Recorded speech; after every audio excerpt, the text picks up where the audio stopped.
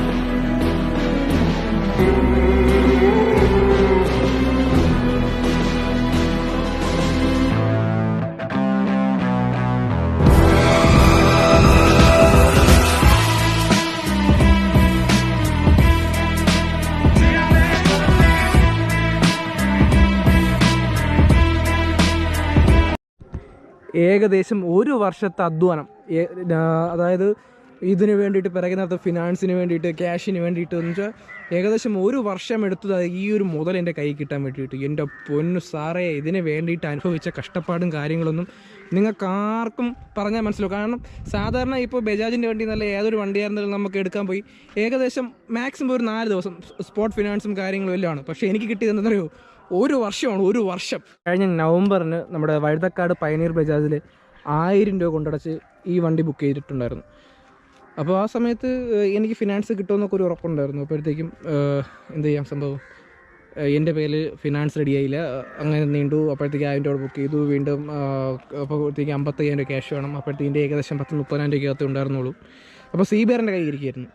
അങ്ങനെ അവസാനം ഞാൻ വിചാരിച്ചു എന്ത് ചെയ്യാം, CBR കൊടുക്കാം, CBR കൊടുത്തിട്ട് വണ്ടി എടുക്കാമെന്ന് വിചാരിച്ചു. അപ്പോൾ CBR കൊടുത്തപ്പോഴത്തേക്കും ഏകദേശം കുറച്ച് എമൗണ്ടേ കിട്ടുള്ളൂ. അപ്പോൾ കുറച്ച് എമൗണ്ട് കയ്യിൽ കിട്ടിയുള്ളൂ. അപ്പോൾ കുറച്ച് എമൗണ്ടും കൂടി ഇട്ടാലേ വണ്ടി എടുക്കാൻ പറ്റുള്ളൂ. അപ്പോൾ എൻ്റെ കയ്യിലില്ല. അങ്ങനെ എനിക്ക് ഒരാളെ കിട്ടി. എന്ത് ചെയ്യാം, എനിക്കിതിന് വേണ്ടിയിട്ട് കുറച്ച് ക്യാഷ് ഇറക്കാൻ വേണ്ടിയിട്ട് ഒരാളെ കിട്ടി. അത് വേറെ ആരും അല്ല, എൻ്റെ പണ്ട് മുതൽ അറിയാവുന്ന എൻ്റെ കൂട്ടുകാരൻ തന്നെയാണ്. അപ്പോൾ അവനും വണ്ടിയുടെ താല്പര്യം ഉണ്ടായിരുന്നു. ആ ആളെ ഞാൻ ഇപ്പോൾ പരിചയപ്പെടുത്തി തരാം. അപ്പോൾ നിങ്ങൾക്ക് ആ മഹാനെ കാണണ്ടേ, അതായത് എൻ്റെ ഈ വണ്ടി എടുക്കാൻ കാരണക്കായ ഓണർ നമ്മുടെ ഔളിക്കുട്ടൻ, അറബാബ് ഔളി. ഇതാ ഈ മഹാൻ കാരണോട് ഈ മുതൽ ഇന്ന് ഇവിടെ ഇരിക്കണത്. അല്ലെന്നുണ്ടെങ്കിൽ വേറെ ഏവൻ്റെയും കൈ പോയിരുന്നിട്ട് എന്ന് ഞാൻ പിച്ചക്കാരനായിട്ട് ഇവിടെ നടന്നാണ്.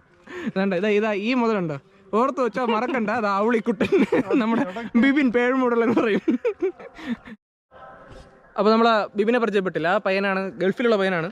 അപ്പോൾ അവൻ കാരണമാണ്, അവൻ്റെ ഒരു സപ്പോർട്ടും കൂടെ കാരണമാണ് നമുക്ക് ഈ മുതൽ ഇവിടെ കിട്ടിയത്.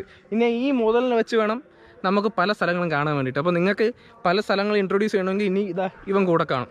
ഇതിൻ്റെ പിറകിലൊരു ഭയങ്കര സാഡ് ന്യൂസ് ഉണ്ട്. സാഡ് ന്യൂസ് എന്ന് പറയുന്ന നേരത്ത് ഞാൻ ഇവനെ ആഗ്രഹിച്ചല്ല ഒരു വണ്ടി എടുത്തത്. ആദ്യം എടുത്ത വണ്ടി CBR 150 ആണ്. ഏകദേശം 18 വയസ്സ് കഴിഞ്ഞപ്പോൾ എടുത്ത വണ്ടി. അപ്പോൾ ഈ വ്ളോഗ് തന്നെ താല്പര്യമില്ല, പക്ഷേ എനിക്ക് എൻ്റെ സഹചാരി എന്ന് പറയൂലേ, അതുപോലെ കൂടെ കൊണ്ടു നടക്കാൻ വേണ്ടിയിട്ട് എടുത്ത വണ്ടിയാണ് CBR 150. അപ്പോൾ അത് കൊടുക്കാനൊരു കാര്യം ഉണ്ടായി. അത് കൊടുത്തിട്ടാണ് ഈ വണ്ടി എടുത്തത്. അത് കൊടുക്കാനുള്ള കാര്യം ഒന്ന് പറയാൻ വേണ്ടി നിൽക്കുകയാണെന്നുണ്ടെങ്കിൽ നിങ്ങൾക്ക് ഇന്ന് ബോറടിച്ച് ചാവും. അപ്പോൾ നിങ്ങൾക്ക് അത് അറിയണമെന്നുണ്ടെങ്കിൽ ഞാൻ സെപ്പറേറ്റ് അതൊരു വീഡിയോ ഇടാം. പക്ഷേ CBR 150 ആയിരുന്നു, മുത്തായിരുന്നു. എൻ്റെ 3 വർഷം കഴിഞ്ഞപ്പോൾ എനിക്ക് കൊടുക്കേണ്ടി വന്നു. അത് കൊടുത്ത് ഞാൻ ഈ വണ്ടി എടുത്തു. അങ്ങനെ ഇതിൻ്റെ ഇടയിലുണ്ടായ കുറേ രസകരമായ കാര്യങ്ങളൊക്കെ, കുറേ രസകരവും സങ്കടപരമായ കുറേ കാര്യങ്ങളൊക്കെ ഉണ്ടായിരുന്നു. അപ്പോൾ ഇതെല്ലാം ഒതുക്കി വെച്ച് ഇങ്ങനെ ഒരു വർഷത്തിന് ശേഷം ഡിസംബർ 7-ാം തീയതി ഈ കുട്ടപ്പൻ എൻ്റെ കൈ കിട്ടി.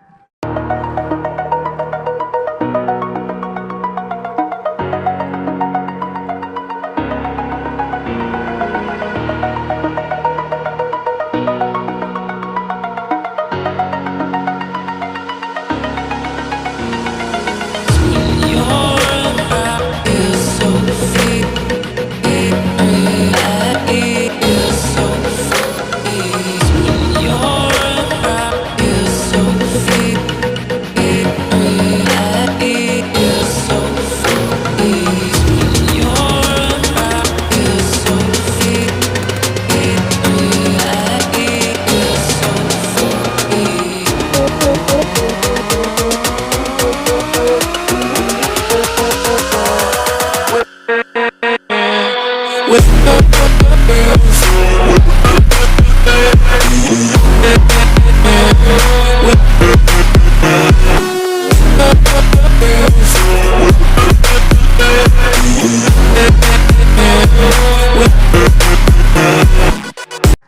അപ്പോൾ ഇവന് ഞാൻ ഇൻസ്റ്റയിൽ ഒരു ഒഫീഷ്യൽ പേജ് തുടങ്ങിയിട്ടുണ്ട്, ഡ്രക്കാരിസ്. ഇൻസ്റ്റയുടെ ലിങ്ക് ഞാൻ താഴെ കൊടുത്തേക്കാം, അത് താല്പര്യമുള്ളവർ കയറി ഫോളോ ചെയ്യണം. ഇനി ഇവൻ്റെ ഫുൾ റിവ്യൂ മീൻസ് ഇവൻ്റെ first service, second service, third service, family ചപ്പ് ചവർ, അങ്ങനെ ഇനി എന്ത് കാര്യങ്ങളുണ്ടെങ്കിലും ഈ ഒരു പെട്രോൾ അടിക്കണത് വരെ വേണമെങ്കിലും ഞാൻ ഇൻസ്റ്റ ഇടും. കാരണം അവൻ്റെ ഫുൾ ഡീറ്റെയിൽ ഇനി ഡ്രക്കാരിസ് എന്നുള്ള ഇൻസ്റ്റ പേജിൽ കാണും.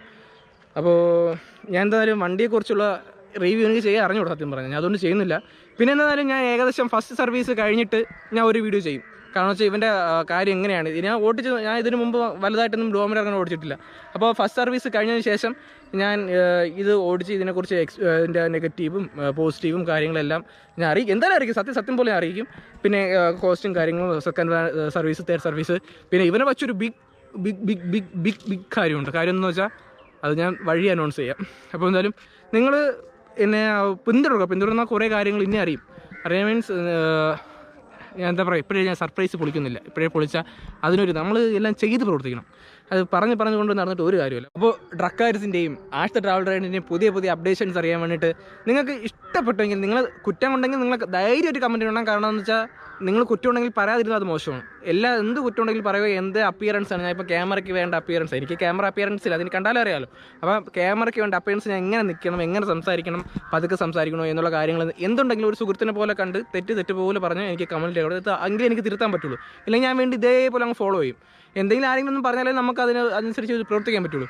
അപ്പോൾ ആഷ് ദ ട്രാവൽ റൈഡിൻ്റെയും ഡ്രക്കാരിസിൻ്റെയും പുതിയ വിശേഷങ്ങൾ നിങ്ങൾ അറിയാൻ നിങ്ങൾക്ക് ഇഷ്ടപ്പെടുന്നുണ്ടെങ്കിൽ ലൈക്ക് ചെയ്യുക, ഷെയർ ചെയ്യുക, സബ്സ്ക്രൈബ് ചെയ്യുക, മറക്കണ്ട.